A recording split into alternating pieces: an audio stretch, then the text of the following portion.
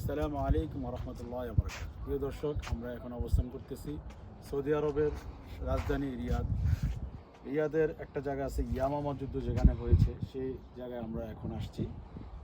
যে যুদ্ধটা আমরা জানতে পারিছি ইতিহাস দেখে, যে এখানে বন্ড নবী দাবি করছেন, যার নাম ছিল মুসাইলামা কাজ্জাব তাকে বলা হইতো, যেহেতু সে বন্ড নবী দাবি করছেন। তার বিরুদ্ধে এখানে যুদ্ধ ঘোষণা করা হয়েছে।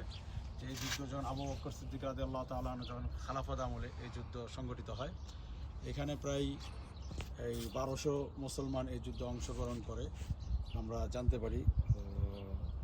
1200 মুসলমান এখানে শহীদ হয়েছে আমরা জানতে পারি।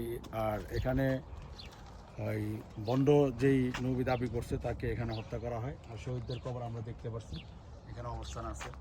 যারা অবশ্যই সৌদি আরবে আসবেন, রিয়াদ শহরে এসে অবশ্যই এখানে ঘুরে যাবেন। আসসালামু আলাইকুম।